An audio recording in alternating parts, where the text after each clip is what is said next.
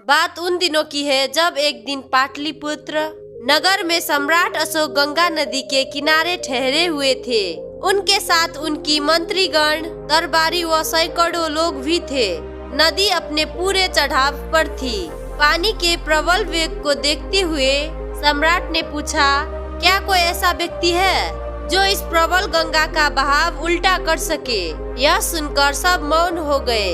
उस जन समूह से कुछ दूर पर बिंदुमती नामक बूढ़ी वेश्या खड़ी थी। वह सम्राट के पास आकर बोली, महाराज, मैं आपके सत्य कर्म की गुहार लगाकर ये कर सकती हूँ।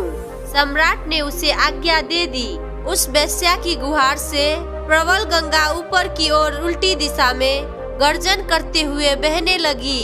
सम्राट अशोक भौचक्के के रह गए। उन्होंने वेश्या से पूछा कि यह अद्भुत कार्य कैसे किया?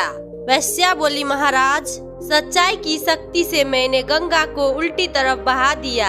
अविश्वास के साथ राजा ने पूछा, तुम तो एक साधारण सी वेश्या, तुम तो स्वाभाविक पापी हो।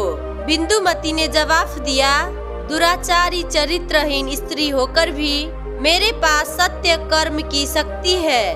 महाराज, जो भी मुझे रुपए देता है, चाहे ब्राह्मण, क्षत्रिय, वैश्य या शूद्र रहा हो या किसी अन्य जाति का रहा हो, मैं उन सब के साथ एक जैसा व्यवहार करती थी। जो मुझे रुपए देते थे, उन सब की एक समान सेवा करती थी। महाराज, यही सत्य कर्म है जिसके द्वारा मैंने प्रबल गंगा को उल्टी दिशा में बहा दिया। दोस्तों, हमें इस कहानी से ये निष्कर्ष प्राप्त होती है, धर्म के प्रति सच्चाई मनुष्य को महान शक्ति प्रदान करती है। यदि हम जीवन भर अपने कर्तव्य को पूर्ण निष्ठा से निभाएं, तो इस तथ्य को साक्षी रखकर चमत्कार कर सकते हैं, जैसे कि बिंदुमती वेश्या ने कर दिखाया। और दोस्तों, जाते जाते मेरे इस चैनल को सब्सक्राइब करते जाइएगा। साथ में एक प्यारा सा कमेंट और लाइक करना मत भूलिएगा। थैंक यू दोस्तों।